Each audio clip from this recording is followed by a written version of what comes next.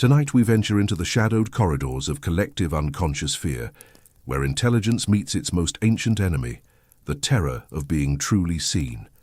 If you're watching this at 3 a.m., questioning why your mind feels too sharp for this dull world, you've found your tribe.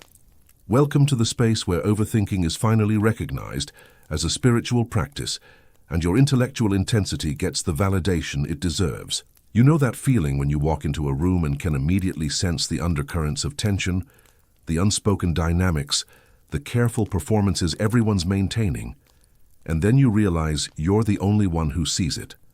Tonight we're exploring why that gift of sight has made you the target of something far more sinister than simple jealousy.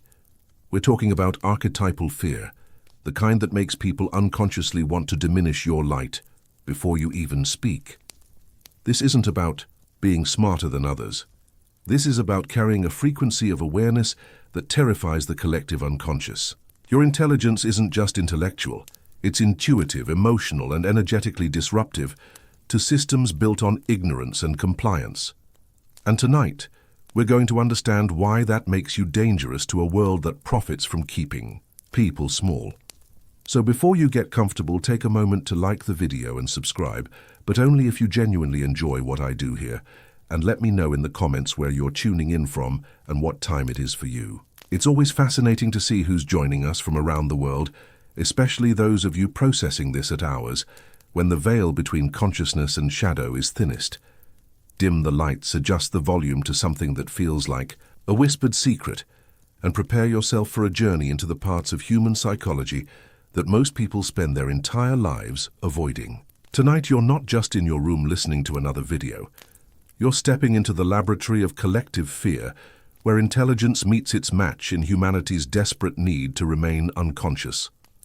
The good news: your mind is a weapon. That scares the right people. The bad news: those people have been programming you since birth to apologize for it. This video is for you if you've ever felt the peculiar exhaustion that comes from constantly dimming your light to make others comfortable. If you've noticed that your insights are met with silence, your observations with defensiveness, and your depth with accusations of arrogance. If you've ever wondered why being intelligent as a woman feels like carrying a loaded gun in a room full of people who want to believe weapons don't exist. Carl Jung once observed that the most terrifying thing is to accept oneself completely. But what he didn't explicitly state, though his work certainly implies, is that the second most terrifying thing is witnessing someone else's complete self-acceptance. When a woman embodies her full intellectual and intuitive power without apology, she becomes a mirror that reflects everyone else's self-betrayal. And mirrors, as we know, are often the first things people want to shatter. Understanding why society fears intelligent women requires us to dive deep into the archetypal realm, where ancient patterns of power, wisdom, and control play out in modern relationships, workplaces, and social dynamics. This isn't a feminist manifesto or a victim narrative. This is a psychological exploration of how intelligence threatens the very foundations of systems built on keeping people intellectually and emotionally dependent. The woman who thinks clearly, feels deeply, and speaks truthfully represents everything that patriarchal and hierarchical systems cannot control: autonomous consciousness. She doesn't need to be saved, managed, or directed. She doesn't require external validation to know her worth. She doesn't apologize for taking up space with her thoughts. And this independence of mind and spirit triggers something primal in those who have built their identity around being needed, obeyed, or revered. But the fear goes deeper than gender dynamics. It touches the very core of how human societies maintain order through shared illusions. The intelligent woman often sees through these illusions.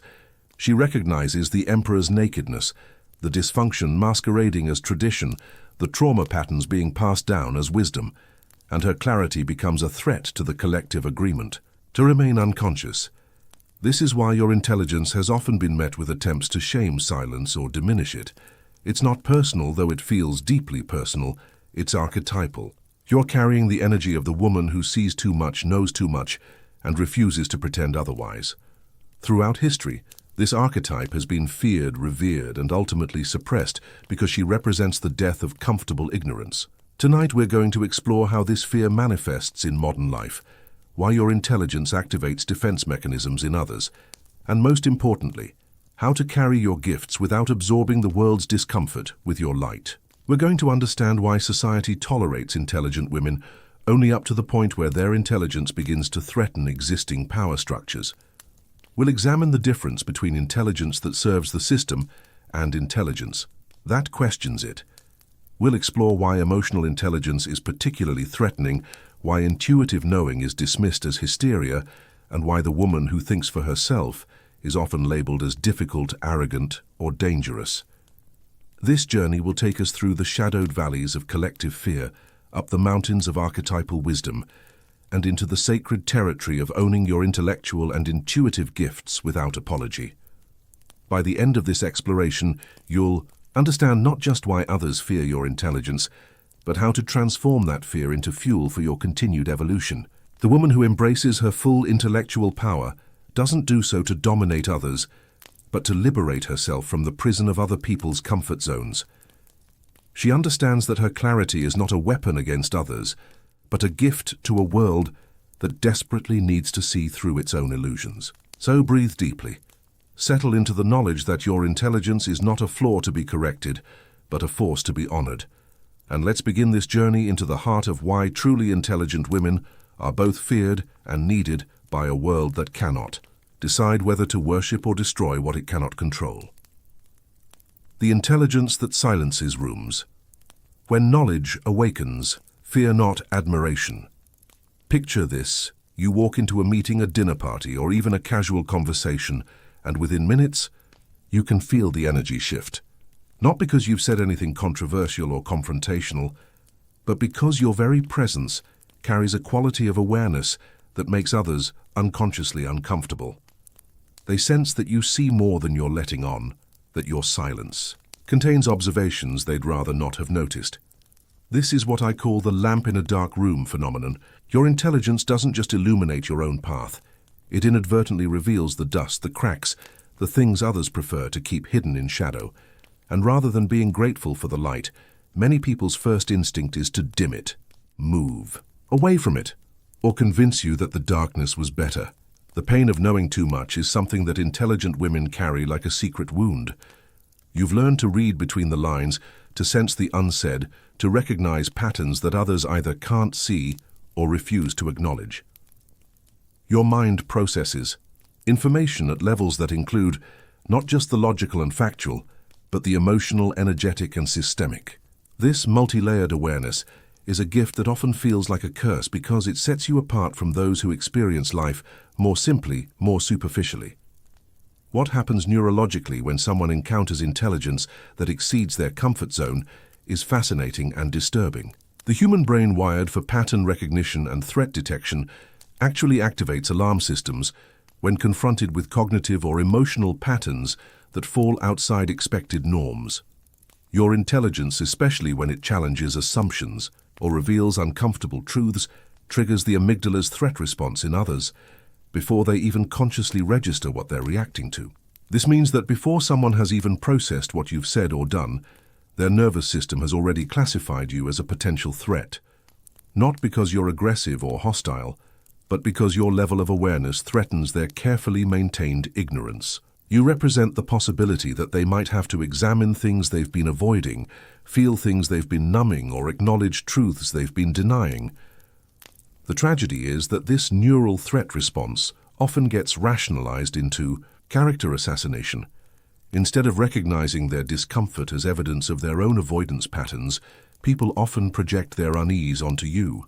You become too intense, overthinking everything, making things complicated, or being dramatic.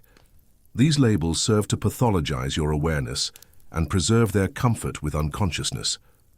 For many intelligent women, this dynamic creates what I call the performance of modesty trap. You learn early that your natural intellectual gifts make others uncomfortable, so you begin to hide them.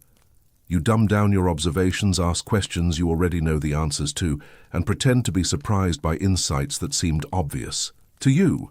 You master the art of making others feel smart by playing smaller than you are. This performance isn't just about being polite or humble. It's a survival strategy developed in response to the very real social and professional consequences of appearing too intelligent. Women who display their full intellectual capacity often face subtle forms of punishment exclusion from social groups, being passed over for promotions despite superior qualifications, or being labeled as arrogant when men displaying the same intelligence would be seen as confident leaders. The conditioning to hide your intelligence runs so deep that many women don't even realize they're doing it anymore. It becomes automatic to soften your statements with qualifiers, to present your insights as questions rather than observations, and to deflect credit for your intellectual contributions. You've been trained to be brilliant in ways that don't threaten anyone's ego, which is like being asked to be fire that doesn't give off heat.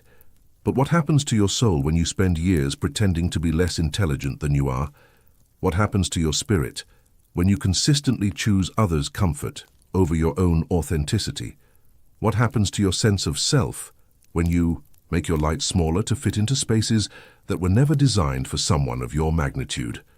The answer is a slow suffocation of the spirit, a gradual erosion of self-trust, and a deep confusion about what your authentic voice even sounds like anymore. You begin to doubt your own perceptions, second-guess your insights, and wonder if maybe you really are too much in all the ways others have suggested. This is the cost of living in a world that fears intelligence in women. Not just the obvious costs like missed opportunities or social rejection, but the hidden costs of self-betrayal, spiritual diminishment, and the gradual disconnection from your own inner wisdom. You learn to fear your own mind, to see your gifts as burdens, and to apologize for the very qualities that make you magnificent. The path back to wholeness requires recognizing that the problem was never your intelligence. The problem is a world so invested in its own ignorance that it cannot tolerate those who threaten to wake it up. Your awareness isn't too much there. Capacity for truth is too little. Your insights aren't inappropriate. Their willingness to examine reality is insufficient. Reclaiming your intellectual authority means understanding that you're not responsible for managing others' discomfort with your gifts. You're not required to make yourself smaller so that others can feel bigger. You're not obligated to dim your light to preserve others' attachment to darkness. This doesn't mean becoming arrogant or dismissive of others. It means recognizing that your intelligence is a gift that deserves to be honored, not hidden. It means understanding that the right people, the people worth your time and energy, will be inspired by your depth rather than threatened by it. It means trusting that your authentic expression will naturally filter out those who cannot appreciate what you bring to the world. The exercise for reclaiming your intellectual presence is simple but profound. For 1 week, notice every time you start to diminish your intelligence in conversation. Notice when you're about to add qualifiers to your statements, when you're tempted to ask questions you already know the answers to, or when you feel the impulse to make your insights smaller.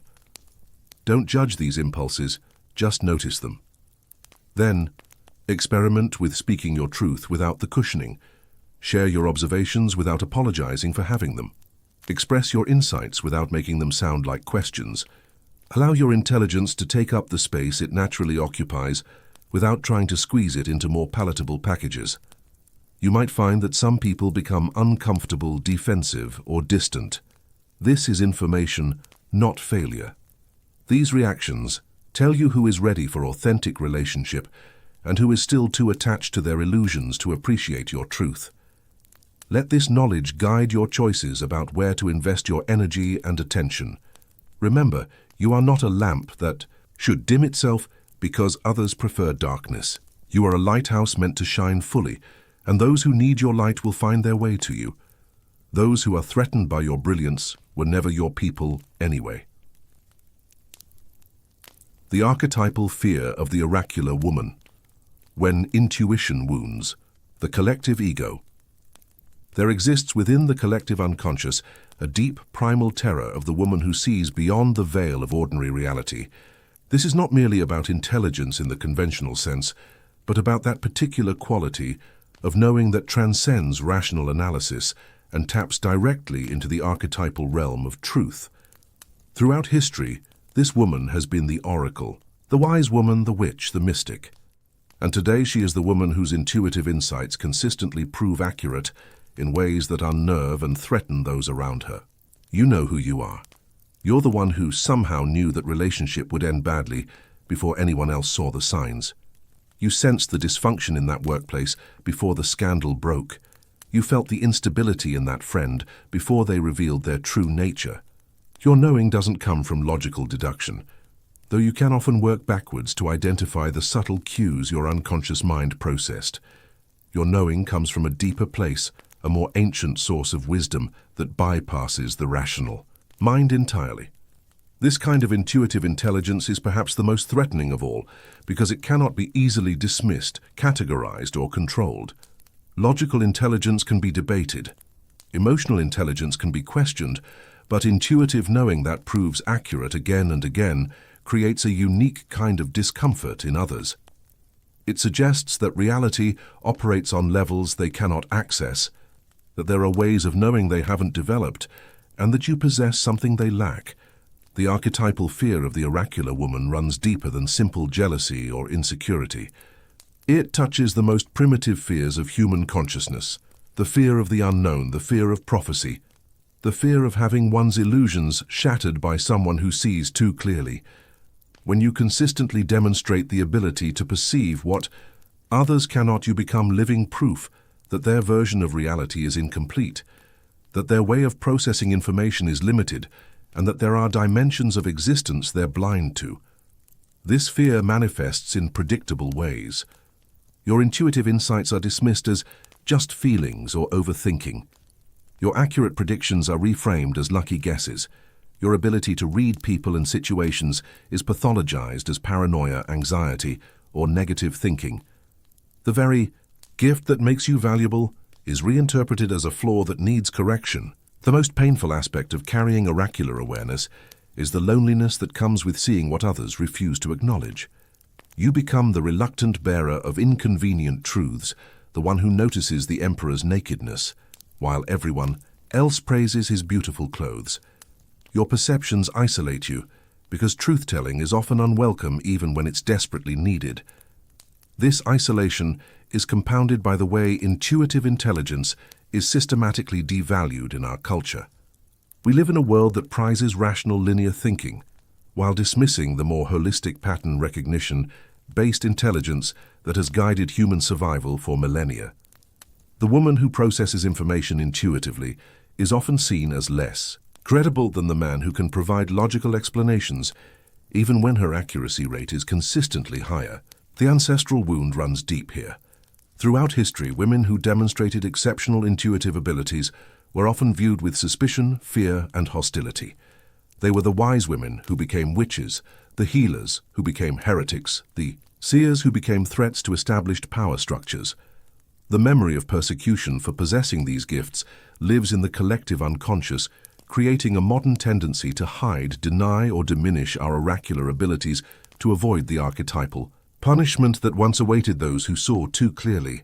This ancestral fear creates a complex relationship with your own gifts.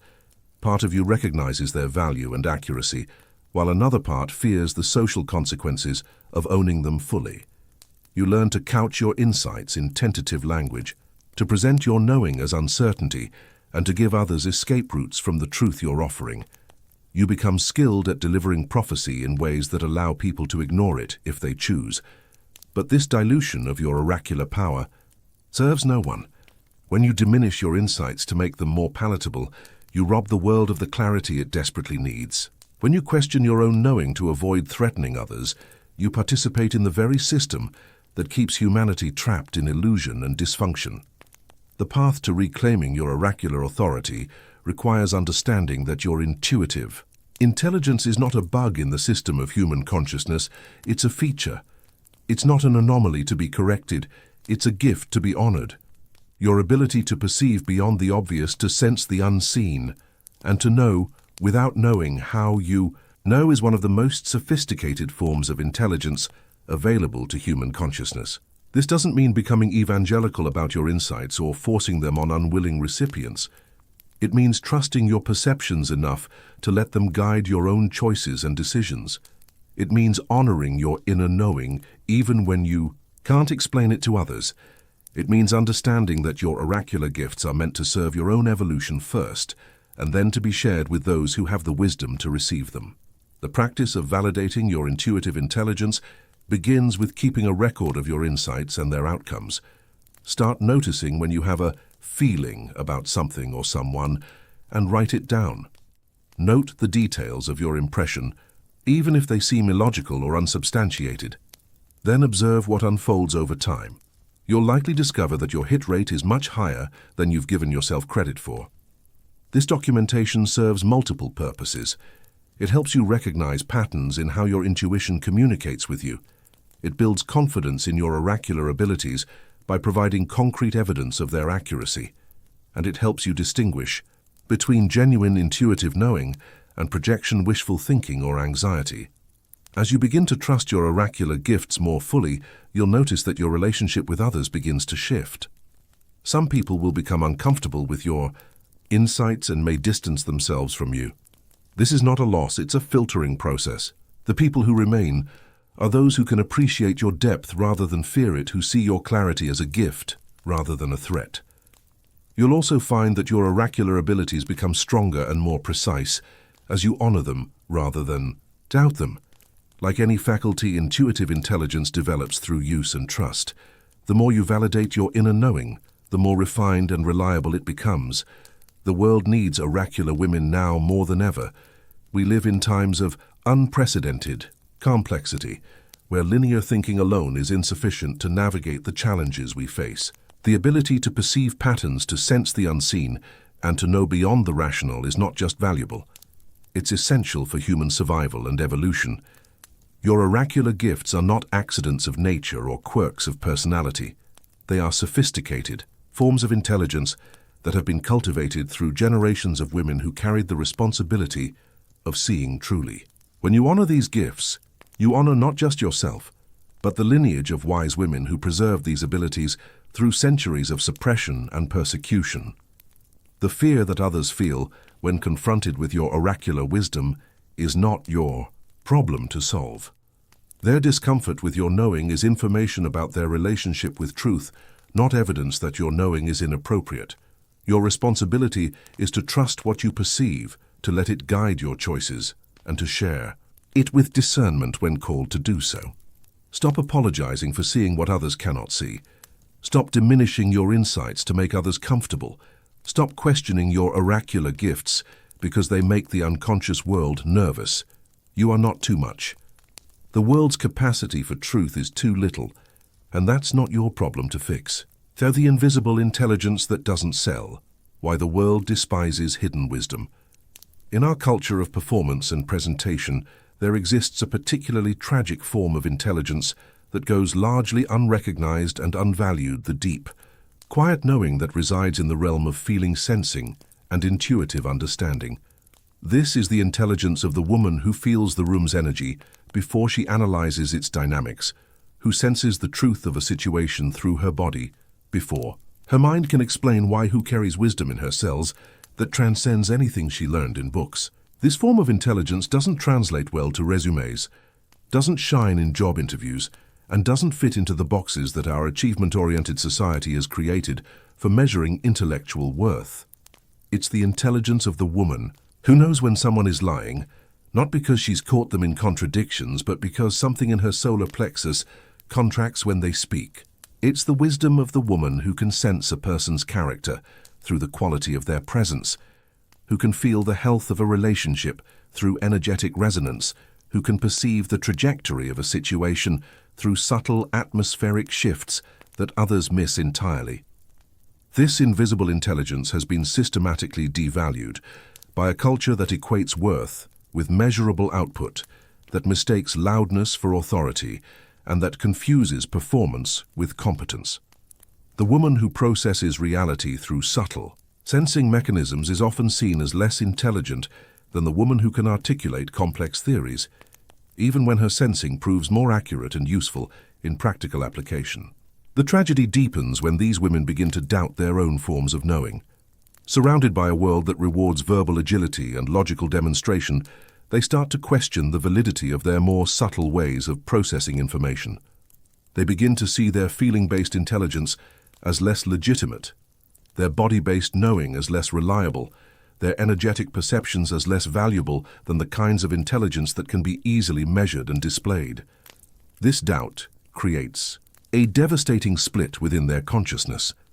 They develop a hierarchy within themselves that places rational, explainable intelligence at the top and dismisses their more subtle forms of knowing as somehow inferior or untrustworthy. They learn to override their body's wisdom with their mind's analysis, to discount their energetic perceptions in favor of logical assessments, and to apologize for knowing things they can't adequately explain. The cost of this internal betrayal is immense. When you dismiss your body's intelligence, you lose access to one of your most sophisticated guidance systems. Your body processes information at quantum levels, responding to electromagnetic fields, hormonal signatures, and energy patterns that your conscious mind cannot detect. When you learn to distrust these responses, you cut yourself off from a primary source of navigational wisdom. Similarly, when you discount your emotional intelligence in favor of purely rational analysis, you lose access to the subtle information that emotions provide about yourself, others, and situations. Emotions are not just feeling states. They're information processing systems that synthesize complex data about relationships, environments, and circumstances. The woman who can feel the emotional undercurrents of a situation often has more accurate information than the person who relies solely on what can be seen and heard. The electromagnetic field of the heart, now scientifically measurable, extends several feet beyond the physical body and contains information about a person's emotional state, authenticity, and coherence. Women who are sensitive to these fields often report knowing things about people that they couldn't possibly know through ordinary means. This isn't mysticism, it's biology. But because this form of intelligence doesn't fit into conventional categories, it's often dismissed as imagination or projection. The woman who possesses this invisible intelligence often finds herself in a peculiar position in relationships and professional settings. She may know that a business deal will fall through before the contracts are signed, sense that a romantic relationship is built on false foundations before any obvious problems emerge, or feel that a person cannot be trusted long before their character is revealed through actions. But because her knowing comes through feeling rather than thinking, she often struggles to communicate her insights in ways that others find credible. This creates a painful dynamic where her intelligence is dismissed because it doesn't conform to accepted forms of evidence. She becomes like a compass in a world that only trusts maps providing accurate direction, but being ignored because her method of navigation doesn't match conventional expectations. The frustration of carrying accurate but unvalidated intelligence can lead to a kind of psychological fragmentation. Part of her knows that her perceptions are reliable, while another part questions their validity because they're not accepted by others. She may find herself constantly second-guessing her insights, seeking external validation for inner knowing, and feeling confused about what's real and what's projection. This confusion is often compounded by well-meaning advice to trust your logic or don't be so emotional from people who cannot access or appreciate her forms of intelligence. She's encouraged to override her subtle knowing in favor of more conventional ways of processing information, which often leads to poor decisions and increased self-doubt. The path to reclaiming invisible intelligence requires first recognizing its sophistication and value. Your body's ability to sense energy, your heart's capacity to read authenticity, and your emotional system's skill at detecting relational dynamics are not primitive or unreliable. They're highly evolved forms of intelligence that have been refined through millions of years of human evolution. These forms of knowing developed because they enhance survival and thriving. The woman who could sense danger before it became obvious, who could read character before it was revealed through action, who could feel the health of relationships before problems became manifest, had significant advantages in navigating complex social and environmental challenges. The practice of honoring invisible intelligence begins with paying attention to your body's responses to people, situations, and decisions. Notice when your solar plexus contracts or expands in someone's presence. Observe when your heart rate changes during certain conversations. Feel when your breathing shifts in particular environments. These responses contain information that your conscious mind may not have access to. Start tracking correlations between your subtle sensing and later events. When you have a bad feeling about something, note it and observe what unfolds. When someone feels off to you energetically, pay attention to how the relationship develops over time. When a situation feels unstable, despite appearances to the contrary, watch for signs of the instability you sensed.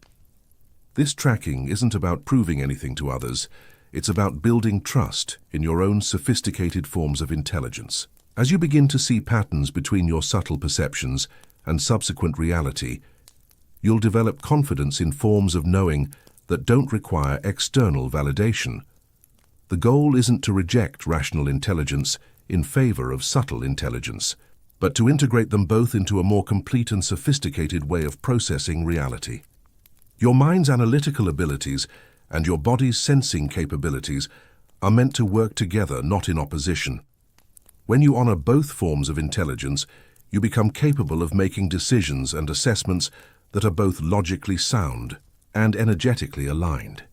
As you reclaim trust in your invisible intelligence, you may find that others become more receptive to your insights, even when you can't fully explain them. There's something about a woman who trusts her own knowing that makes others more likely to trust it too. Your confidence in your subtle perceptions gives them weight and credibility that they lack when presented with apology or uncertainty. The world desperately needs women who trust their invisible intelligence. In times of increasing complexity and deception, the ability to sense truth through feeling, to read authenticity through presence, and to detect health through energy becomes invaluable. Your subtle intelligence isn't a consolation prize for not being smart enough in conventional ways. It's an advanced form of consciousness that humanity needs for its evolution. Stop apologizing for knowing things you can't explain. Stop dismissing your insights because they can't be proven. Stop treating your invisible intelligence as less legitimate than more obvious forms of knowing.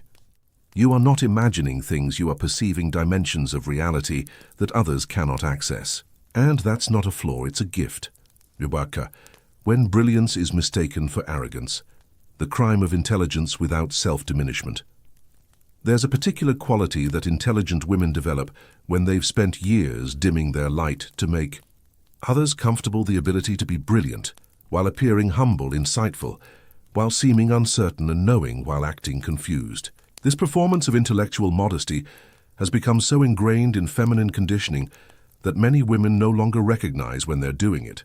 They've internalized the message that intelligence without self-deprecation equals arrogance, that confidence in one's abilities equals superiority, and that taking up intellectual space equals selfishness.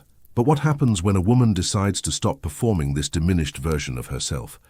What occurs when she allows her intelligence to exist without apology, when she shares her insights without cushioning them with uncertainty, when she takes up the space her mind naturally occupies? The answer, unfortunately, is often immediate accusations of arrogance, superiority, and intimidation from those who have grown accustomed to her smaller version. This phenomenon reveals one of the most insidious forms of control that society exerts over intelligent women: the requirement that intelligence be accompanied by humility, that knowing be paired with uncertainty, and that competence be softened with self-doubt. The woman who knows her worth, trusts her insights, and expresses her intelligence without apology triggers something primal in others who have learned to associate authentic self-expression with threat. The confusion between confidence and arrogance when it comes to women's intelligence is not accidental, it's systematic. In a culture that benefits from keeping women uncertain about their own capabilities, a woman who displays unqualified trust in her mental abilities becomes dangerous. She models what it looks like to exist, without seeking external validation, to know without needing confirmation, and to trust her perceptions without requiring consensus. This modeling effect is deeply threatening to systems built on keeping people dependent on external authority. When you stop questioning your intelligence to make others comfortable, you give permission for others to do the same. When you trust your insights without apology, you challenge others to examine why they don't trust their own. When you take up intellectual space naturally and easily, you reveal how much space others have been unnecessarily surrendering. The, say, energetic shift that occurs when a woman stops performing intellectual humility is palpable. There's a frequency change that happens when someone moves from seeking approval to trusting their own judgment, from performing uncertainty to embodying clarity, from diminishing their light to letting it shine fully. This frequency shift is often read as arrogance by those who have become addicted to the comfort of others' self-diminishment. But true arrogance and authentic confidence operate on completely different frequencies. Arrogance is actually a defense against insecurity, a performance designed to hide feelings of inadequacy. It's loud because it's empty, aggressive because it's afraid, and demanding because it's uncertain. Authentic confidence, on the other hand, is quiet because it's full, gentle because it's secure, and allowing because it's certain. The woman who has reclaimed her intellectual authority doesn't need to prove her intelligence to anyone, because she's no longer seeking external validation of her worth. She doesn't need to dominate conversations because she's not trying to establish superiority. She doesn't need to diminish others because she's not building her identity on comparison. Her confidence comes from internal coherence, not external positioning. Yet this authentic confidence is often more threatening than obvious arrogance because it cannot be easily dismissed or attacked. The arrogant person provides clear targets for criticism and retaliation. The authentically confident person offers no such openings. Her security is unshakable because it doesn't depend on others' opinions, and her clarity is undeniable because it comes from genuine knowing rather than performance. This is why accusations of arrogance often surface when women stop performing. Intellectual insecurity. The accusation is not actually about arrogance, it's about the discomfort others feel when confronted with someone who has stopped seeking their approval. It's about the challenge to their own self-diminishment patterns that her authenticity represents. The woman who has been accused of arrogance for simply existing in her full intelligence often begins to doubt herself. She wonders if she really is too much, too intense, too confident. She may find herself returning to patterns of self-diminishment to restore harmony in her relationships, not realizing that the harmony she's restoring is based on her willingness to be less than she is. This dynamic creates a tragic cycle where intelligent women police their own expression to avoid triggering others' discomfort. They learn to read the room and adjust their intelligence accordingly, becoming smaller in the presence of those who cannot handle their full expression. They develop sophisticated skills for managing others' insecurities while sacrificing their own authenticity. The cost of this adaptation is enormous. When you consistently modify your intelligence to fit others' comfort zones, you lose touch with your authentic voice. When you habitually diminish your insights to preserve relationships, you begin to doubt the validity of your perceptions. When you regularly make yourself smaller to avoid conflict, you forget what your natural size actually is. Breaking free from this pattern requires understanding that others' discomfort with your intelligence is information about them, not about you. Their need for you to be smaller reveals their own relationship with power, authenticity, and self-worth. Their inability to appreciate your gifts tells you about their capacity for truth, not about the appropriateness of your expression. This doesn't mean becoming insensitive to others or dismissive of their feelings. It means recognizing that you cannot be responsible for managing everyone else's relationship with their own inadequacy. You cannot make yourself smaller to help others feel bigger without ultimately serving no one's highest good. The practice of existing in your full intelligence without apology begins with noticing when you start to diminish yourself in conversations. Pay attention to when you add unnecessary qualifiers to your statements, when you present your knowledge as questions, when you apologize for having insights, or when you make your intelligence smaller to fit the perceived capacity of your audience. Then experiment with speaking from your full knowing. Share your insights without cushioning them with uncertainty. Express your intelligence without apologizing for having it. Allow your natural authority to exist without modification. Notice what happens in your body when you exist at your full intellectual capacity versus when you perform a diminished version. You may find that some people become uncomfortable, defensive, or accusatory. This is information, not failure. These reactions tell you who is ready for authentic relationship and who is still too invested in your smaller version to appreciate your truth. Let this information guide your choices about where to invest your energy and attention. Remember that the right people, the people who are meant to be in your life, will be inspired by your full expression rather than threatened by it. They will see your intelligence as a gift rather than a challenge, your confidence as attractive rather than arrogant, your authenticity as refreshing rather than intimidating. The world needs women who are unapologetically intelligent, who trust their insights without reservation, and who take up the space their consciousness naturally occupies. Your intelligence is not a weapon against others, it's a gift to a world that desperately needs more clarity, more wisdom, and more authentic expression. Stop making yourself smaller to make others more comfortable. Stop apologizing for the space your intelligence occupies. Stop performing humility to avoid accusations of arrogance. You are not too much, their capacity for authenticity is too little, and that's not your problem to solve. You're the woman who thinks fast, but loves slowly. Internal fractures of mind and heart. There exists a particular kind of suffering that belongs uniquely to women whose intellectual processing operates at lightning speed while their emotional trust develops at the pace of geological time. These are the women who can analyze complex problems in minutes, synthesize information from multiple sources instantly, and arrive at solutions before others have finished understanding the questions, yet who require months or years to feel safe, enough to love deeply, to trust completely, or to believe that they won't be abandoned for being too much, too intense, or too intelligent for their own good. This internal split creates a devastating form of psychological dissonance. Your mind races ahead, making connections, seeing patterns, understanding implications, while your heart holds back, remembering every time your intelligence was used against you, every moment your insights were dismissed, every relationship that ended, because you saw too clearly what others preferred to ignore. You become a woman at war with herself, torn between the urgency of your thoughts and the caution of your emotions.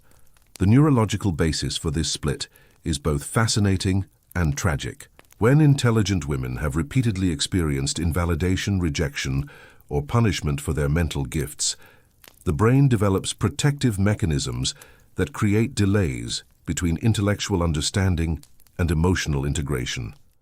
The prefrontal cortex continues to function at high speed, but the limbic system, scarred by past wounds, insists on extensive evaluation before allowing emotional investment. This creates what I call cognitive emotional lag time.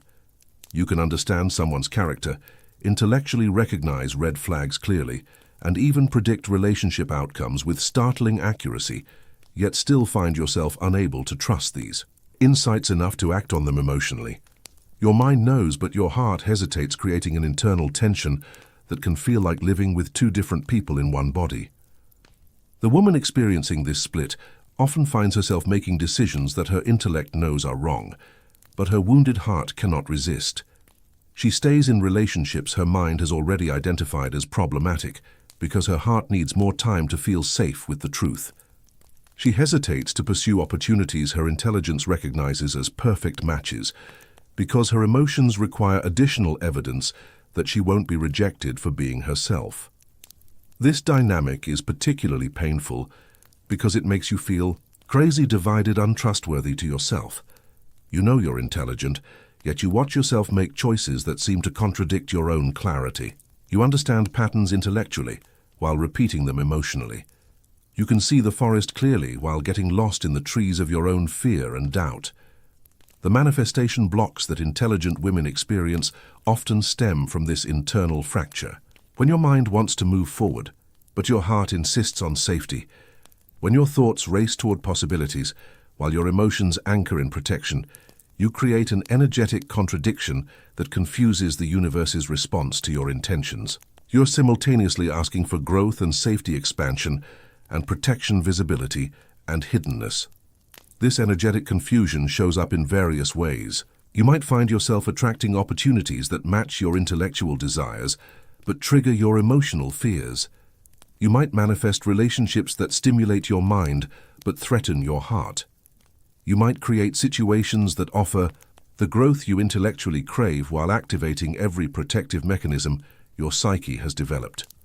The healing of this split requires understanding that both your rapid mind and your cautious heart developed for good reasons. You're intellectual. Speed is a gift that allows you to navigate complexity, process information efficiently, and see solutions others miss. Your emotional caution is a protection system that developed in response to real threats, actual rejections, and genuine dangers you faced for being too intelligent, too intense, or too much for the people around you. The work is not to speed up your heart, to match your mind, or slow down your mind to match your heart. The work is to create internal communication between these systems so they can function as allies rather than adversaries. Your quick mind can learn to respect the wisdom of your careful heart, while your protective heart can learn to trust the insights of your brilliant mind. One powerful practice for healing this split is what I call the mind-heart consultation. Before making significant decisions, especially those involving relationships or major life changes, create a formal dialogue between your intellectual assessment and your emotional needs. Ask your mind to present its analysis clearly and completely.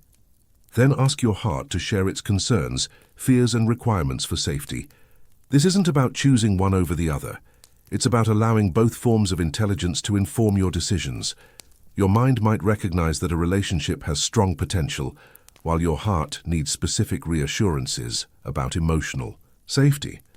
Your intellect might see a career opportunity as perfect, while your emotions require guarantees about being valued for your authentic self rather than a performed version. When you honor both your intellectual insights and your emotional needs, you make decisions from wholeness rather than fragmentation.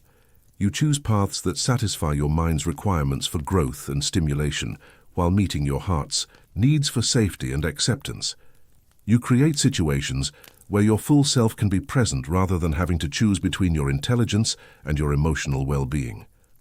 The timeline for this healing varies greatly among women, but the process generally involves gradually building trust between your mind and heart through small experiments in integrated decision-making. Start with low-stakes situations where you can practice listening to both your intellectual analysis and your emotional responses before making choices.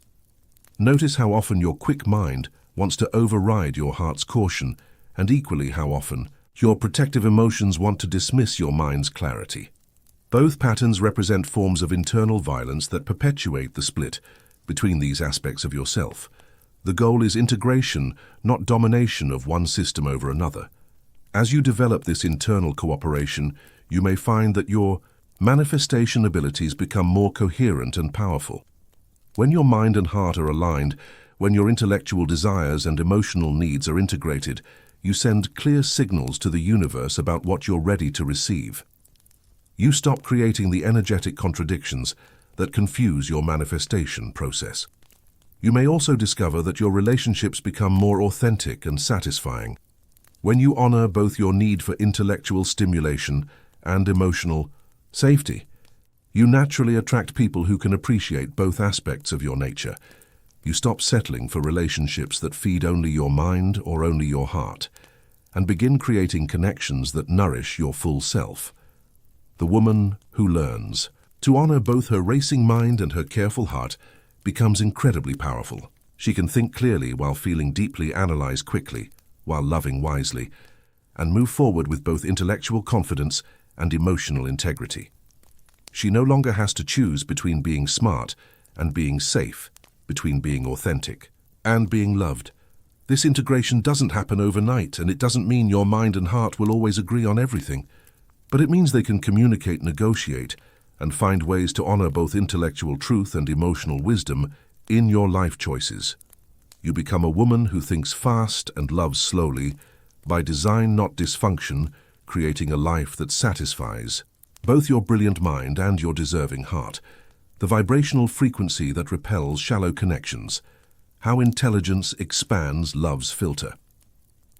As a woman's consciousness expands and her intelligence deepens, something remarkable and often lonely begins to happen. Her energetic field naturally becomes more selective about what and whom it can tolerate. This isn't conscious snobbery or deliberate exclusion. It's an automatic vibrational shift that occurs when someone's awareness reaches certain levels of clarity and sophistication. The more conscious you become, the more sensitive your system becomes to authenticity, depth, and genuine connection. This creates what many awakening women experience as the consciousness paradox. The more you grow, the more isolated you feel. The clearer you become, the more obvious it becomes how unclear most interactions are. The deeper your capacity for authentic relationship becomes, the more painful surface-level connections feel.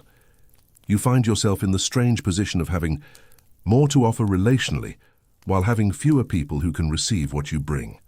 Your electromagnetic field, now scientifically measurable, extends several feet beyond your physical body and carries information about your emotional state, mental clarity, and energetic coherence. As your consciousness develops, this field becomes more refined, more sensitive, and more discerning.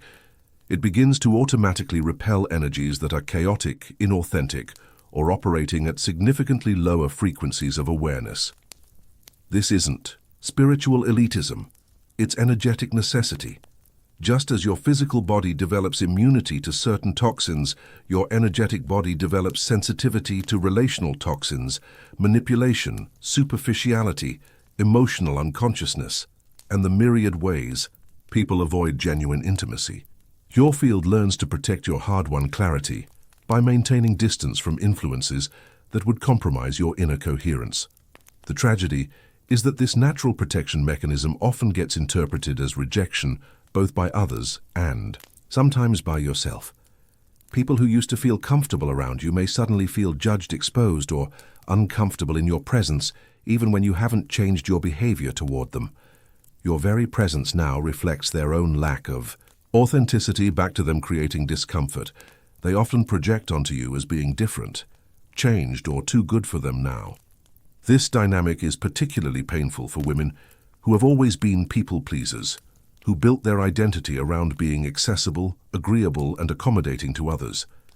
As their consciousness expands, they find themselves naturally less tolerant of drama, less patient with unconscious behavior, and less willing to pretend that shallow interactions are satisfying.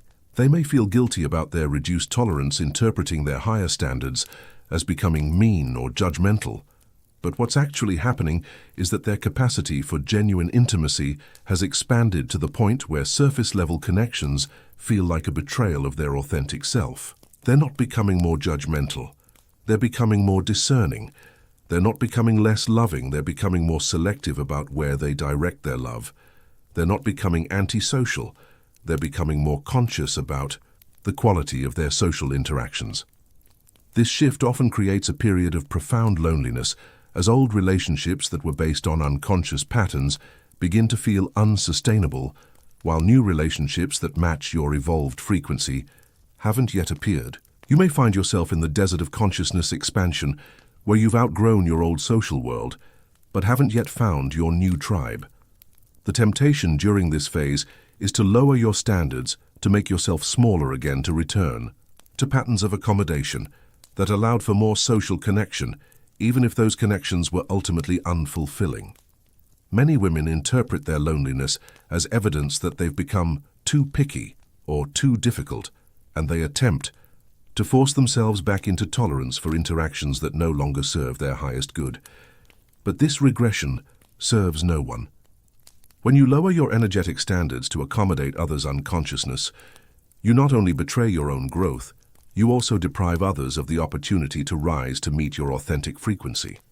You rob them of the chance to experience what genuine depth feels like, what authentic connection offers, and what becomes possible when someone shows up fully present and real. The key to navigating this transition is understanding that your increased selectivity is not a punishment, but a promotion. Your consciousness has evolved to the point where you can detect subtleties of authenticity, presence, and emotional intelligence that you couldn't perceive before. This refined perception is a gift, not a burden, even when it temporarily reduces your social options. Your expanding awareness also affects how you show up in relationships. As you become more conscious, you naturally become more present, more authentic, and more emotionally available. This depth of presence can be overwhelming for people who are accustomed to surface-level interactions. They may find your intensity uncomfortable, your authenticity threatening, or your emotional availability more than they're prepared to receive. This doesn't mean there's anything wrong with your expanded capacity for connection. It means you're becoming the kind of person who requires others to meet you at deeper levels of engagement. Your presence now demands authenticity, invites vulnerability, and calls forth the best in others. Some people will rise to meet this invitation, others will retreat from it. The practice of honoring your evolved standards while remaining open to new connections requires developing what I call conscious discernment. This means trusting your energetic responses to people and situations while remaining curious about potential that might not be immediately apparent. It means maintaining your boundaries around authenticity while staying open to growth in others. Start paying attention to how different people affect your energy. Notice who leaves you feeling expanded, inspired, and more like yourself versus who leaves you feeling drained, diminished, or somehow less than who you are. These energetic responses contain crucial information about compatibility that transcends personality preferences or surface-level attraction. Trust these energetic readings, even when they contradict logical assessments. Your field is processing information about authenticity, emotional intelligence, and consciousness levels that your mind might not be able to articulate. Someone might seem perfect on paper while feeling energetically depleting, or someone might appear unlikely while creating energetic expansion and inspiration. As you learn to trust your field's discernment, you'll begin attracting relationships that match your evolved frequency. These connections will feel different from previous relationships, deeper, more authentic, more nourishing to your soul. You'll find yourself in conversations that feed your spirit, relationships that challenge you to grow, and connections that honor both your intelligence and your heart. The loneliness of consciousness expansion is temporary, but the relationships that emerge from honoring your evolved standards are worth the wait. When you refuse to settle for surface-level connections, you create space for soul-level intimacy.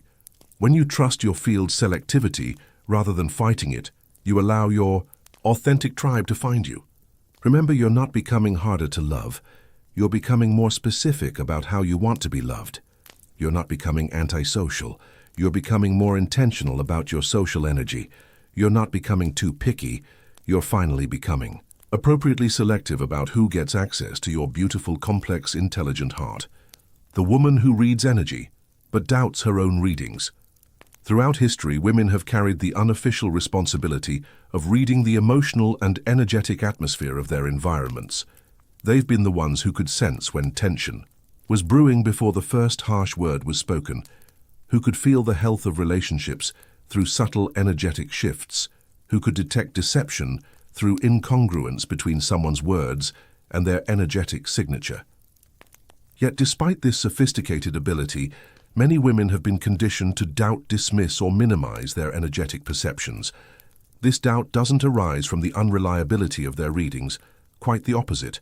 The doubt emerges from living in a culture that systematically invalidates subtle forms of knowing, that demands concrete evidence for intuitive insights, and that pathologizes sensitivity as weakness rather than recognizing it as a sophisticated form of intelligence. Women learn to distrust their own perceptions because those perceptions are consistently dismissed by others, even when they prove accurate time and again. The woman who reads energy but doubts her readings lives in a constant state of internal conflict. Part of her knows that her perceptions are accurate. She has years of evidence supporting the reliability of her energetic assessments. Yet another part of her questions whether she's making things up, being too sensitive, or reading too much into things. This internal war between knowing and doubting creates a debilitating uncertainty that undermines her ability to trust herself in relationships, professional situations, and major life decisions. The ancestral component of this doubt runs deep. For generations, women who demonstrated strong energetic sensitivity were often labeled as hysterical, overly emotional, or mentally unstable. The ability to perceive beyond the physical realm was reframed as pathology rather than gift, as weakness rather than strength. This cultural gaslighting of feminine sensitivity created generations of women who learned to hide, deny, or apologize for their perceptual abilities. The modern version of this invalidation is more subtle, but equally damaging. Women who express concerns based on energetic readings are told they're overthinking, being paranoid, or creating drama. Their insights are dismissed as just feelings, rather than recognized as sophisticated forms of information processing. They're encouraged to give people the benefit of the doubt, even when their energetic assessment clearly indicates deception, manipulation, or danger. This systematic invalidation creates what I call perceptual trauma, a deep wound around trusting your own ability to perceive reality accurately. When your readings are consistently dismissed by others, you begin to question whether your perceptions are valid, reliable, or even real. You start to second-guess insights that could protect you, guide you, or help you make better decisions. The cost of this self-doubt is enormous. When you don't trust your energetic readings, you make decisions based on incomplete information. You stay in relationships your energy clearly warns you about. You trust people your field accurately identifies as unsafe. You ignore the subtle warning signals that could prevent pain, loss, or danger.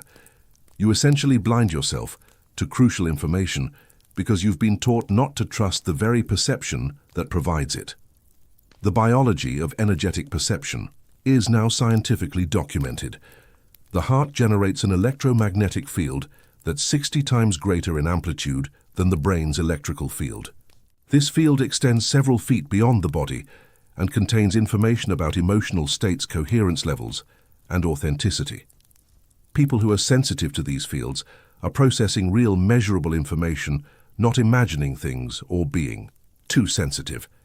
Your nervous system is also constantly processing subtle cues about safety, threat, and authenticity through what researchers call neuroception, the unconscious detection of safety or danger in your environment. This system operates below conscious awareness, but influences your feelings, thoughts, and behaviors. When you sense that something is off about a person or situation, your neuroception system may be detecting patterns that your conscious mind hasn't yet identified. The electromagnetic sensitivity that many women possess allows them to detect these subtle fields and patterns with remarkable accuracy. They can sense when someone is being deceptive because deception creates energetic incongruence between what's being said and what's being felt. They can feel when a relationship is unhealthy because unhealthy dynamics create chaotic or draining energy patterns. They can detect manipulation because manipulation requires the deliberate management of energy to create specific effects in others. Yet despite the sophistication and accuracy of these perceptions, women are often encouraged to override them in favor of logical assessments that may miss crucial information. They're told to trust what people say, rather than what they feel, to rely on evidence they can see, rather than energy they can sense, to make decisions based on what makes sense rather than what feels true. The path to reclaiming trust in your energetic perceptions begins with systematic validation of your past readings. Look back through your life and notice how often your initial energetic assessment of people and situations proved accurate over time. Remember the relationships you felt uncertain about from the beginning that later revealed serious problems.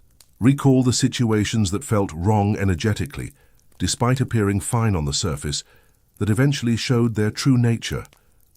This retrospective validation serves multiple purposes. It helps you recognize patterns in how your energetic perception communicates with you. It builds confidence in abilities you may have been dismissing or minimizing. It helps you distinguish between accurate energetic readings and projection anxiety or wishful thinking. Start keeping a record of your current energetic impressions and their outcomes. When you meet someone new, note your initial energetic assessment of them. When you enter a new situation, record how it feels to your energy body. When you're making decisions, document both your logical analysis and your energetic sense of the options. Then observe how things unfold over time. You'll likely discover that your energetic readings have a much higher accuracy rate than you've given them credit for. You may also notice that many of the times you dismissed your energetic perceptions as wrong, you were actually receiving accurate information that you reinterpreted due to social conditioning or wishful thinking. Learning to distinguish between different types of energetic information is also crucial. Fear-based projections feel different from accurate warnings. Wishful thinking creates different energetic signatures than genuine positive assessments. Anxiety produces different sensations than legitimate concern. As you pay closer attention to these subtle differences, you'll become more skilled at interpreting the information your energy body provides. The practice of trusting your energetic readings doesn't mean becoming paranoid or suspicious of everyone. It means including energetic information in your decision-making process, alongside logical analysis and emotional considerations. It means honoring your subtle perceptions as valid sources of information rather than dismissing them as imagination or oversensitivity. As you begin to trust your energetic readings more fully, you'll notice that your decision-making becomes more accurate and your relationships become healthier. You'll naturally gravitate toward people and situations that feel energetically nourishing, while avoiding those that feel draining or unsafe. You'll develop confidence in navigating complex social and professional situations because you'll have access to information that others might miss. The world needs women who trust their energetic perceptions. In times of increasing deception, manipulation, and surface-level interactions, the ability to read energy accurately becomes invaluable. Your sensitivity isn't a weakness to be overcome. It's a sophisticated form of intelligence that deserves to be honored and trusted.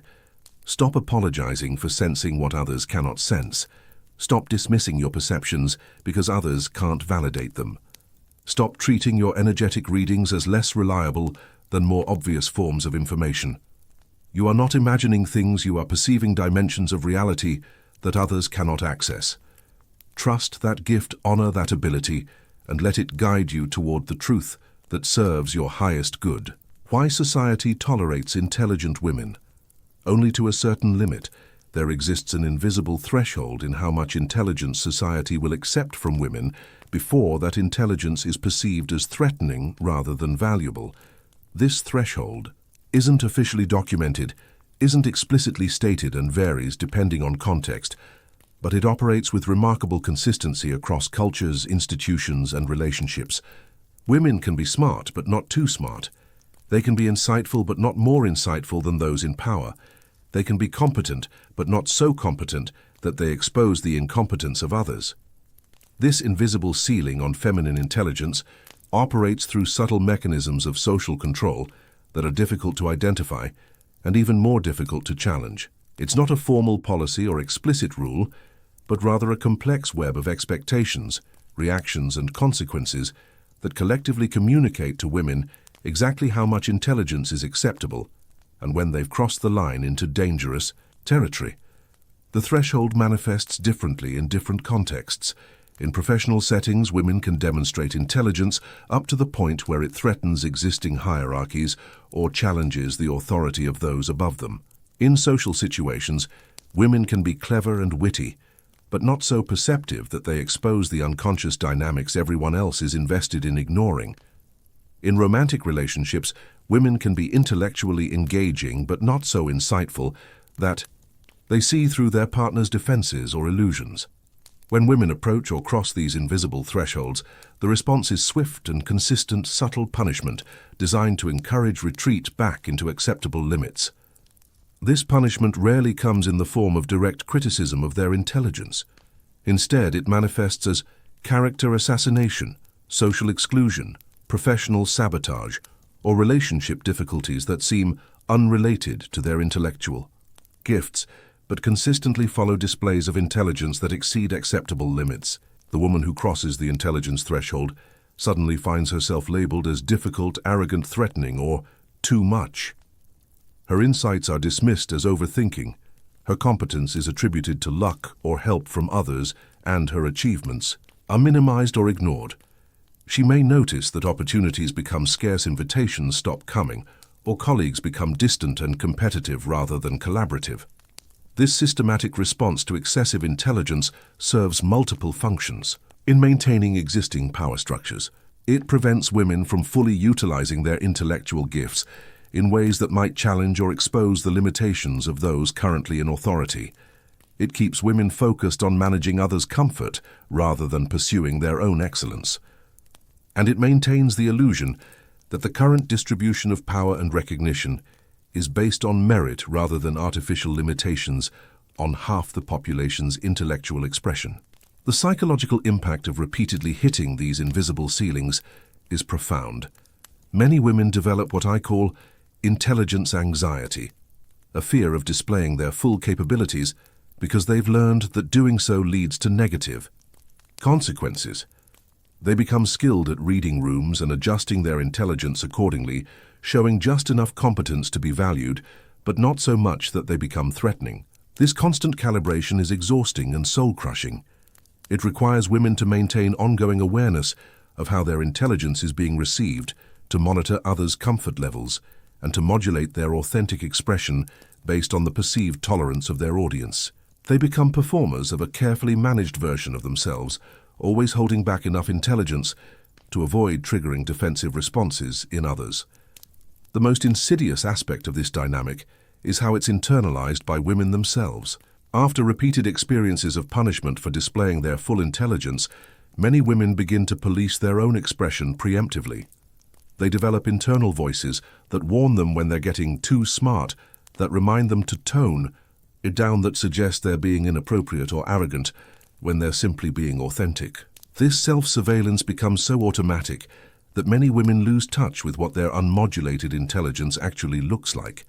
They've spent so many years adjusting their expression to fit within acceptable limits that they no longer remember what it feels like to think, speak, and exist without these artificial constraints. They mistake their performed version for their authentic self and wonder why they feel chronically unfulfilled, despite external success. The intelligence threshold also varies based on other factors like race, class, age, and physical appearance. Women who already challenge social norms in other ways often face even lower tolerance for intellectual brilliance. The intersection of multiple forms of otherness can create almost impossibly narrow spaces for authentic intellectual expression. Breaking through these invisible ceilings requires first recognizing that they exist. Many women attribute the negative responses they receive for displaying intelligence to personal failings rather than systematic limitations. They assume they must be doing something wrong, being too aggressive, or lacking in social skills rather than recognizing that they're bumping up against cultural boundaries around feminine intelligence. The next step is developing what I call threshold consciousness, awareness of when you're approaching or crossing these invisible limits, and conscious choice about how to respond.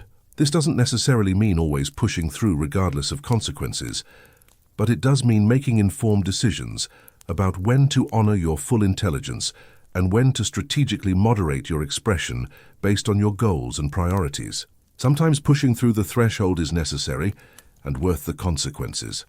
Sometimes strategic modulation serves your larger purposes. The key is making these choices consciously, rather than automatically from a place of self-knowledge and intention, rather than fear and conditioning. Building alliances with others who recognize and support intelligence beyond traditional thresholds becomes crucial. Seeking out environments, relationships, and opportunities where your full intelligence is welcomed rather than tolerated. Creating or joining communities where intellectual excellence is celebrated rather than managed. The goal isn't to become unconscious of these thresholds or to ignore their existence, but to refuse to let them define the limits of your intellectual expression. To recognize that these artificial boundaries serve systems that don't serve you, and to make conscious choices about how much you're willing to compromise your authentic intelligence to accommodate others' discomfort. The world needs women who refuse to stay within the artificial limits that have been placed on feminine intelligence. These boundaries don't exist to protect anyone, they exist to maintain power structures that benefit from keeping half the population's intellectual gifts artificially constrained. When women break through these invisible ceilings, they create new possibilities, not just for themselves but for all the women watching, learning, and gathering courage to express their own intelligence without apology. Your intelligence has limits, but they're not the ones society has tried to impose on you. They're the natural boundaries of your individual gifts, not the artificial constraints of collective fear. Learning to distinguish between these two types of limits is essential for any woman who wants to honor her intellectual gifts fully while navigating a world that still struggles to handle feminine brilliance. The quantum price of pretending to be less. How self-denial blocks everything. At the quantum level, authenticity and manifestation are inextricably linked. When you consistently present a diminished version of yourself to the world, you create energetic contradictions that confuse the universe's response to your desires. Your soul knows your true magnitude, your authentic gifts, your real capacity. When you consciously choose to be smaller, to hide your intelligence, to diminish your light, you create dissonance between who you are and who you're pretending to be. This dissonance doesn't just affect your sense of self, it affects your ability to attract, create, and receive what you actually want in life. The electromagnetic field generated by your heart extends several feet beyond your physical body and carries information about your emotional state, your level of authenticity, and your energetic coherence. When you're being authentically yourself, this field resonates with clarity and power. When you're performing a smaller version of yourself, this field becomes confused, contradictory, and weak. The universe responds to your actual energetic signature, not the performance you're presenting to others. This is why so many brilliant women struggle with manifestation, despite having clear intentions, despite doing all the right practices, despite understanding the principles intellectually.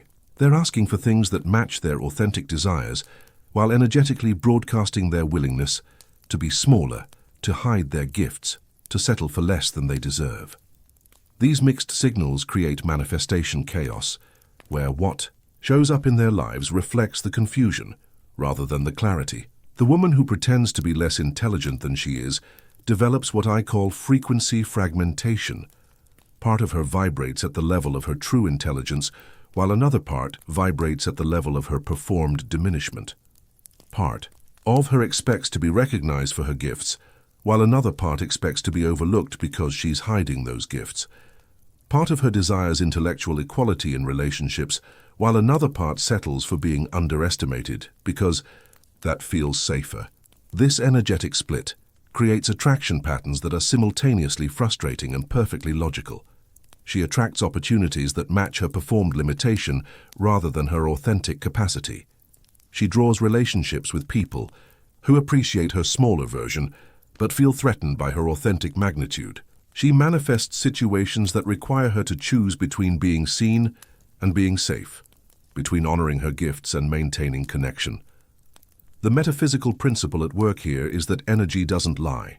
While you can fool others with performances of limitation, while you can successfully hide your intelligence from those who might be threatened by it, you cannot fool the quantum field that responds to your energetic truth.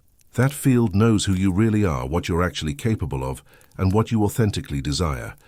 When you choose to be smaller, you're not changing your energetic truth. You're creating dissonance between your truth and your expression. This dissonance shows up in various ways throughout your life. You might find yourself consistently underutilized in professional settings, offered opportunities that don't match your true capabilities. You might attract romantic partners who love your accommodating nature, but feel uncomfortable when glimpses of your real intelligence emerge. You might notice that your creative projects lack the power and impact you sense they could have if you allowed your full voice to emerge. The energetic cost of self-diminishment compounds over time. Each time you choose to be smaller, each time you hide your intelligence, each time you pretend to be less than you are, you reinforce neural pathways that expect limitation. Your nervous system begins to interpret smallness as safety and authenticity as danger. Your body learns to contract when your real self wants to emerge and to relax when you retreat into familiar patterns of diminishment. This creates what trauma therapists recognize as a dysregulated nervous system, but the trauma isn't necessarily from external events.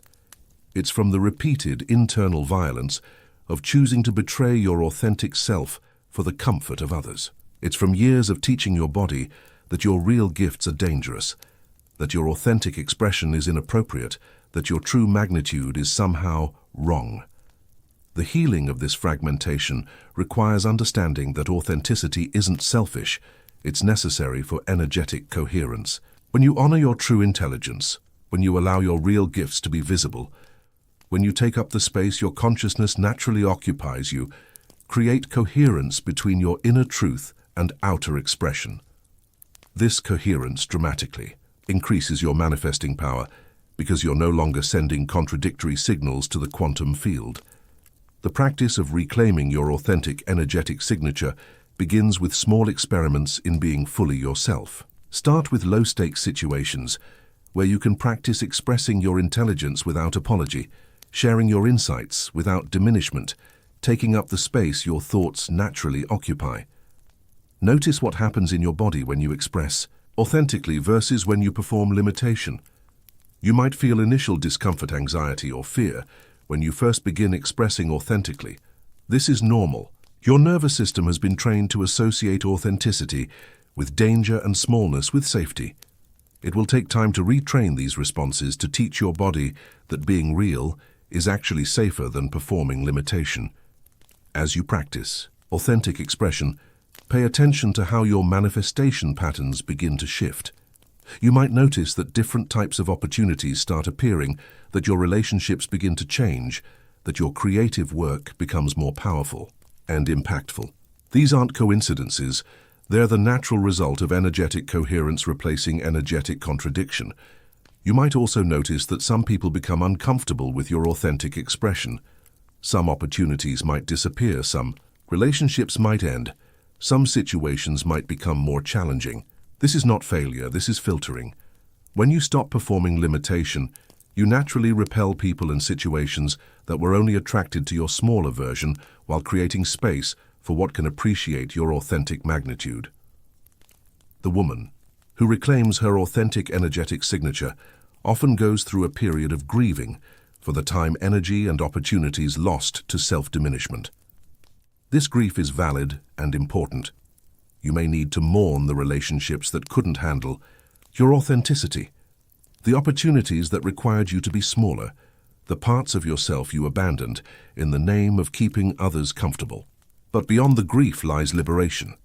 When you stop fragmenting your energy through self-diminishment, when you align your expression with your truth, when you allow your intelligence to exist without apology, you become a powerful co-creator with the universe.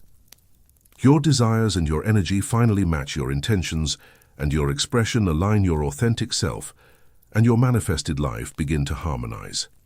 The universe isn't withholding what you want because you're not good enough, smart enough, or worthy enough. The universe is confused by the mixed signals you're sending when you ask for one thing while energetically broadcasting another. When you choose authenticity over accommodation, when you honor your intelligence rather than hide it, when you take up your rightful space rather than shrinking to fit others' comfort zones, you give the universe clear signals about who you are and what you're ready to receive. Your authentic self isn't too much for the universe to handle. Your real intelligence isn't too threatening for the quantum field to support. Your true magnitude isn't too large for existence to accommodate. The only thing too small is the limited version of yourself you've been performing to make others comfortable. And that limitation isn't serving anyone, least of all you. Stop making yourself smaller in the name of manifestation. Stop hiding your gifts in the hope of being loved. Stop performing limitation to maintain relationships that can't handle your truth.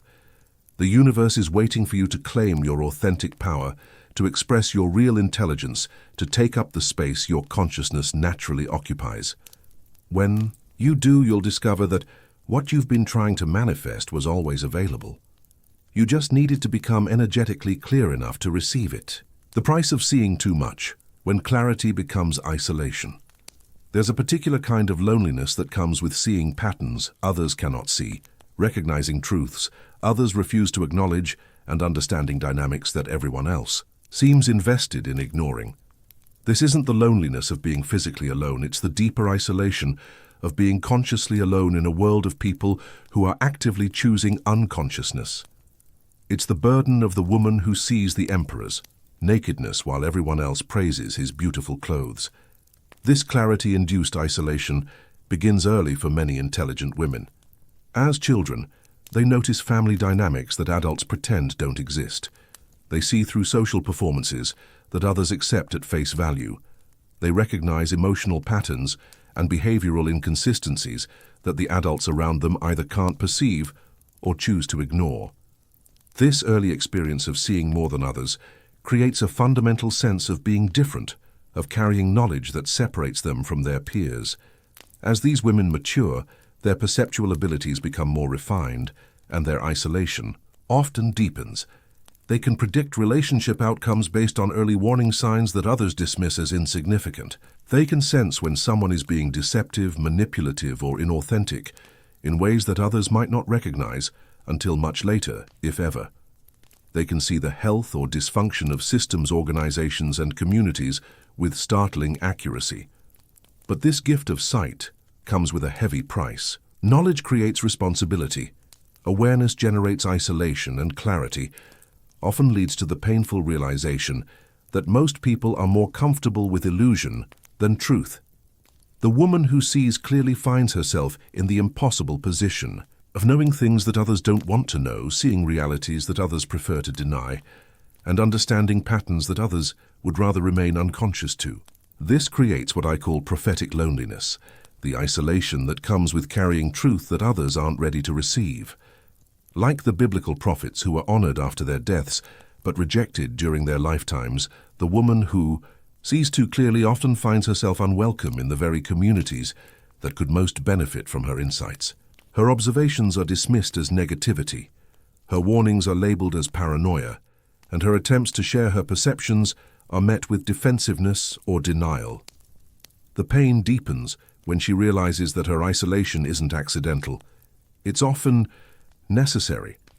To maintain their comfort with unconsciousness, others must distance themselves from those who threaten their carefully maintained illusions. Her very presence becomes a mirror that reflects what they're avoiding, a reminder of what they're refusing to see, a challenge to the stories they're telling themselves about their lives, relationships, and choices. This dynamic creates a heartbreaking catch-22. The more she tries to help others by sharing her insights, the more they resist and withdraw from her. The more she attempts to warn people about patterns she can see clearly, the more she's labeled as judgmental, negative, or difficult. Her gift of sight becomes a barrier to connection. Her clarity becomes a source of isolation, and her desire to help becomes a pathway to rejection. The woman caught in this dilemma often begins to question whether her perceptions are accurate or helpful. She wonders if she should keep her insights to herself, if she should pretend not to see what she sees, if she should choose ignorance to maintain relationships. She may find herself envying those who can live in blissful unawareness, who can maintain friendships without seeing their friends' self-destructive patterns, who can enjoy social gatherings without noticing the undercurrents of dysfunction. This questioning of her own gifts is particularly tragic, because her perceptions are usually not just accurate, but necessary. The patterns she sees, the truths she recognizes, the dynamics she understands, are exactly what individuals and communities need to examine to grow, heal, and evolve. But growth requires willingness to face uncomfortable truths, and many people simply aren't ready for that level of self-examination. The confusion between being helpful and being harmful becomes a constant internal struggle. She knows that sharing her perceptions could potentially save others from pain, help them avoid destructive patterns, or guide them toward healthier choices. But she also knows that unsolicited truth-telling often creates more resistance than receptivity, more defensiveness than gratitude. She finds herself in the impossible position of watching people she cares about make choices she can see will cause them suffering, while knowing that her intervention might be unwelcome or even damaging to the relationship. This dilemma is compounded by the way society treats women who speak uncomfortable truths. Throughout history, women who have pointed out problems, identified dysfunction, or challenged accepted narratives have been silenced, dismissed, or punished. The woman who sees too much carries this ancestral memory of persecution for truth-telling, creating additional layers of fear around expressing her perceptions. The energetic toll of carrying unwanted knowledge is enormous. Seeing patterns of destruction while being unable to effectively intervene creates a unique form of helplessness. Watching people repeat cycles of dysfunction, while knowing that pointing out these cycles will likely result in shooting the messenger, generates profound frustration. Understanding solutions to problems that others aren't ready to acknowledge exist creates a sense of cosmic inefficiency that can be deeply depressing. Many women who carry this burden of sight develop what I call clarity fatigue, an exhaustion that comes from constantly processing complex information about human behavior, relationship dynamics, and systemic dysfunction. Their minds never get to rest because they're always seeing, always analyzing, always understanding more than what's being explicitly acknowledged in any given situation. The protection mechanisms that develop around this overwhelming clarity can be problematic in their own right. Some women learn to numb their perceptions through various means, trying to dull their awareness to reduce their isolation. Others become cynical or bitter, using their insights as weapons rather than gifts.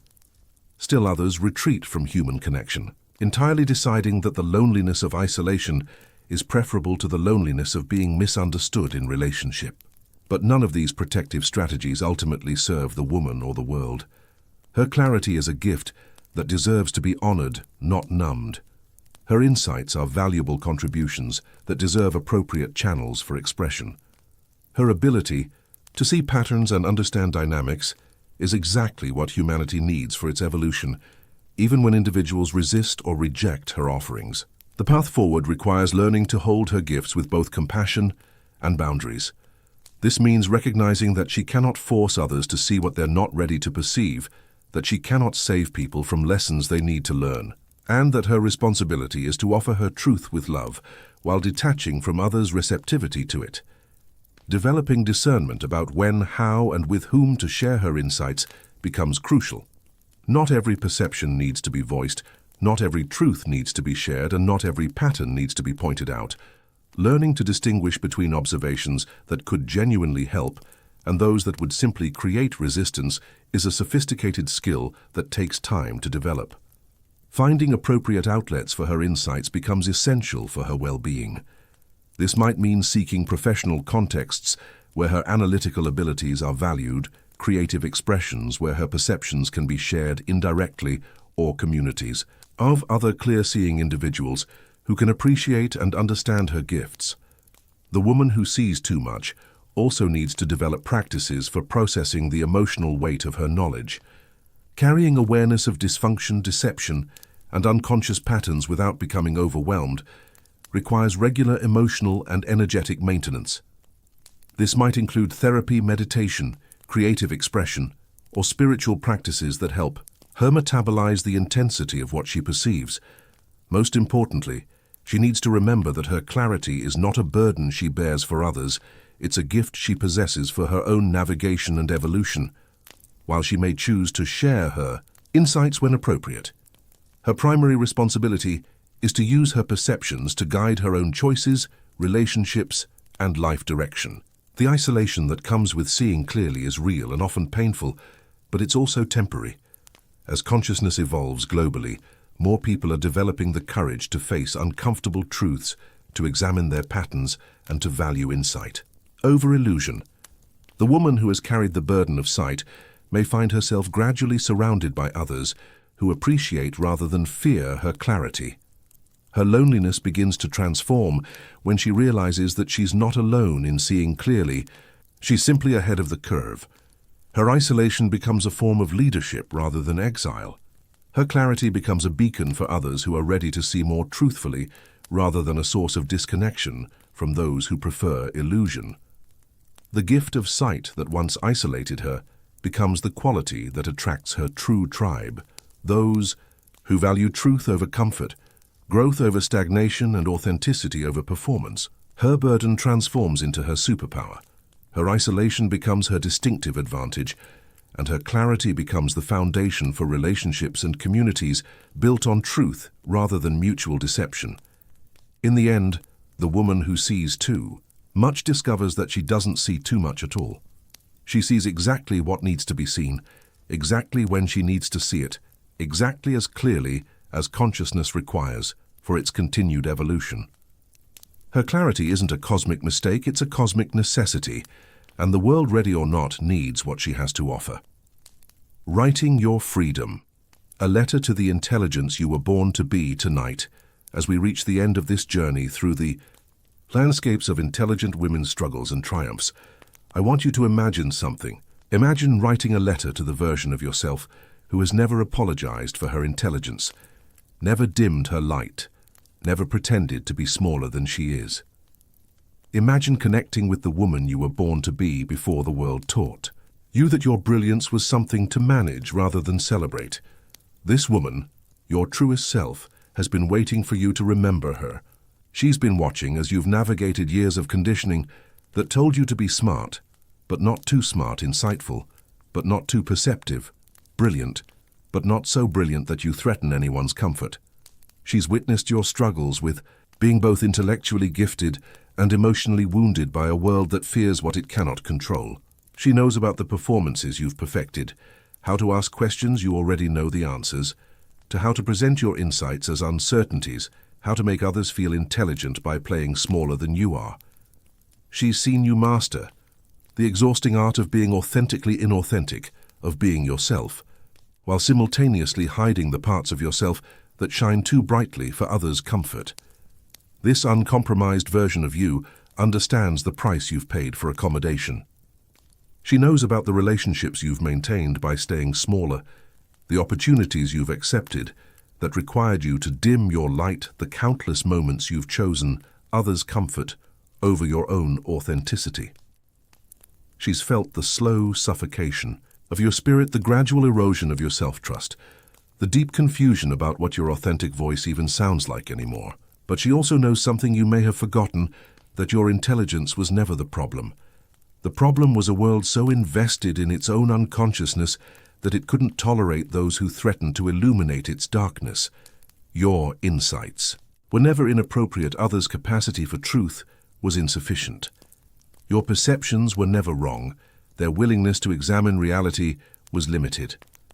Writing to this uncompromised version of yourself is more than a psychological exercise. It's a reclamation ritual. It's a way of reconnecting with the part of you that never learned to fear your own magnificence, that never absorbed the message that intelligence in women should come with apologies attached, that never believed the lie that your gifts were somehow too much for the world to handle. In this letter, tell her about the journey you've been on. Acknowledge the ways you've betrayed your authentic intelligence in the name of keeping others comfortable. Apologize for the times you've made her smaller to fit into spaces that were never designed for someone of your magnitude. Recognize the courage it took to survive in a world that consistently punished you for being fully yourself.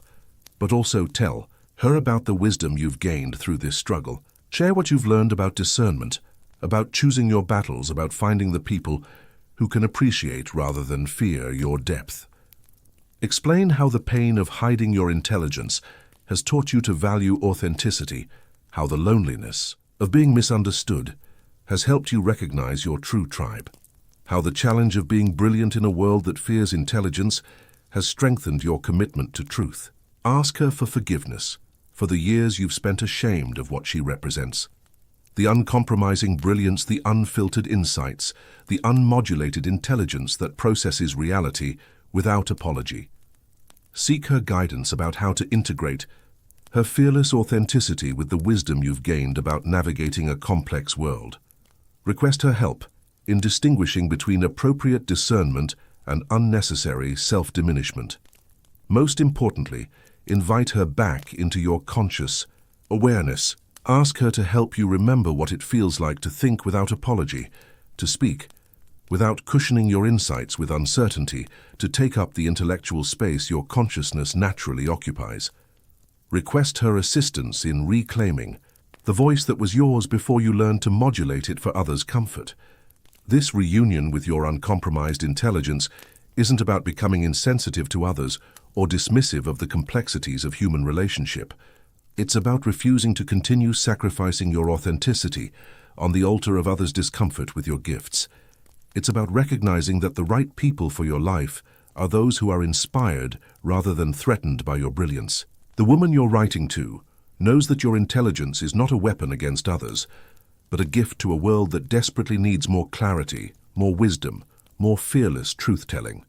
She understands that your insights are not meant to be hidden, but shared with discernment. She recognizes that your analytical abilities are not problems to be solved, but gifts to be honored. She also knows that the fear others feel when confronted with your intelligence is not your responsibility to manage. Their discomfort with your clarity is information about their relationship with truth, not evidence that your truth is inappropriate. Their need for you to be smaller reveals their own relationship with power and authenticity, not any obligation on your part to accommodate their limitations. As you write this letter, you may find emotions arising that you've been suppressing for years. Grief for the opportunities lost to self-diminishment, anger at a world that systematically devalues feminine intelligence, sadness for the relationships that couldn't handle your authenticity. These emotions are valid and important. They're the natural response to years of betraying your authentic self for others' comfort. But beyond the grief and anger lies something more powerful: liberation, the freedom that comes from no longer fragmenting your energy through self-diminishment, the relief of aligning your expression with your truth, the joy of discovering that your authentic intelligence naturally attracts people who can appreciate rather than fear your gifts. This letter becomes a bridge between who you've learned to be and who you were born to be. It's a pathway back to the version of yourself that never learned to question whether her intelligence was appropriate, never absorbed the message that her insights needed to be cushioned with apologies, never believed that her brilliance was something to be managed rather than celebrated. The act of writing to your uncompromised intelligence is also a commitment to integration. It's a promise to stop abandoning the parts of yourself that others find threatening. It's a vow to honor your gifts, even when they make others uncomfortable. It's a declaration that you're ready to be seen in your full magnificence, rather than continuing to perform a diminished version for others' comfort. As you conclude this letter, make a promise to the brilliant woman you were born to be. Promise to stop apologizing for taking up intellectual space. Promise to trust your insights even when you can't fully explain them to others. Promise to speak your truth without cushioning it with unnecessary qualifiers. Promise to let your intelligence exist at its natural magnitude rather than compressing it to fit others' comfort zones.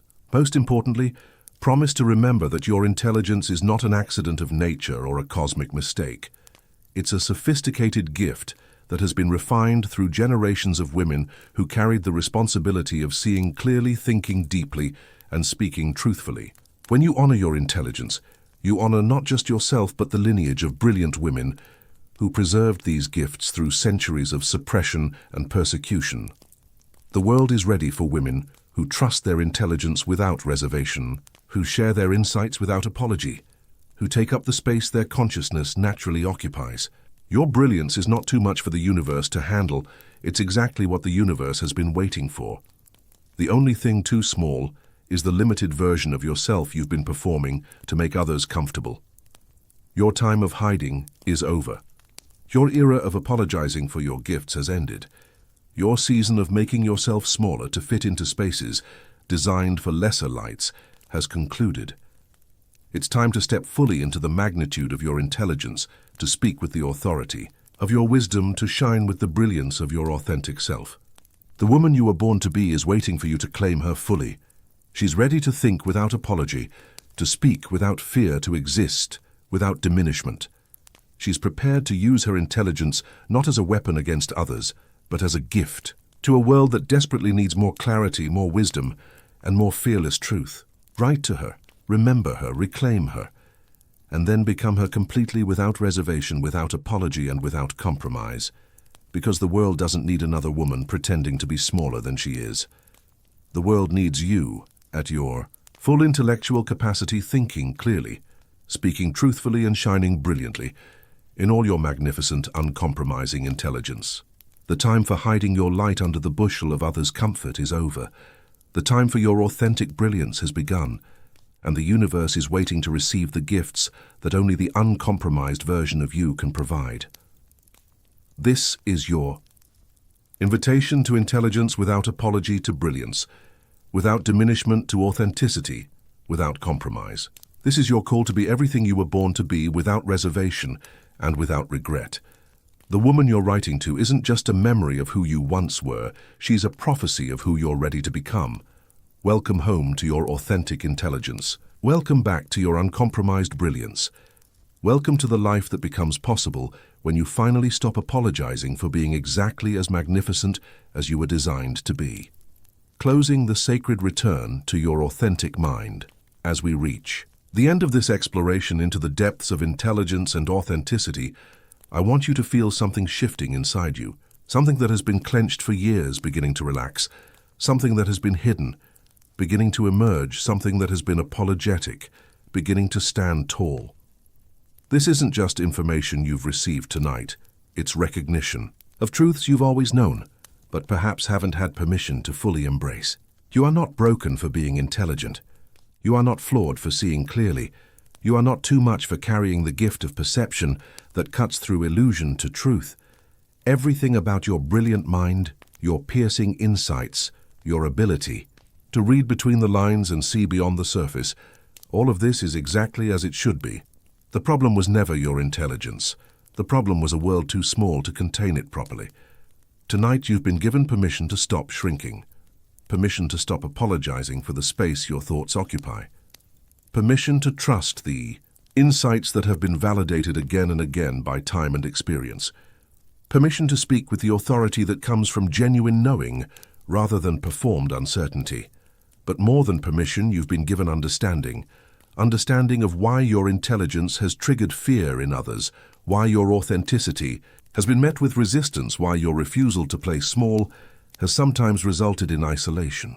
This understanding isn't meant to excuse others' limitations or to justify your past self-diminishment. It's meant to free you from taking others' discomfort personally and to help you recognize that their fear of your light says nothing about your appropriateness and everything about their relationship with truth. The sacred return to your authentic mind isn't a destination you arrive at, it's a practice you commit to. Every day you'll have opportunities to choose between performing limitation and expressing authenticity.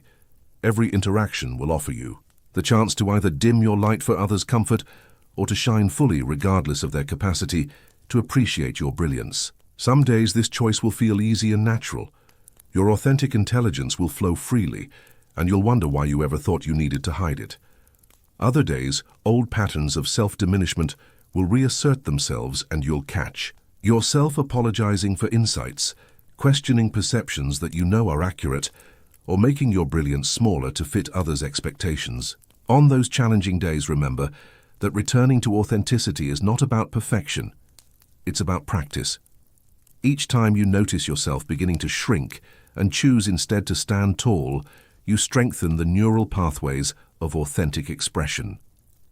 Each time you catch yourself apologizing for your intelligence and choose instead to own it proudly, you heal generations of conditioning that taught women to hide their gifts. The ripple effects of your authentic intelligence extend far beyond your personal life. When you refuse to play small, you give other women permission to be large. When you trust your insights without apology, you model what intellectual confidence looks like. When you take up the space your consciousness naturally occupies, you expand the possibilities for all the women watching, learning, and gathering courage to express their own gifts without diminishment. You are not just reclaiming your individual authenticity, you are participating in a collective healing that spans generations. You are helping to repair the damage done by centuries of conditioning that taught women to fear their own minds, to doubt their own perceptions, to apologize for their own brilliance. Your return to authentic intelligence is both deeply personal and profoundly political, both individually liberating and collectively transformative. The woman who emerges from this reclamation process is not the same person who began this journey. She has been fundamentally altered by the recognition of her own worth, the validation of her gifts, and the permission to exist without apology.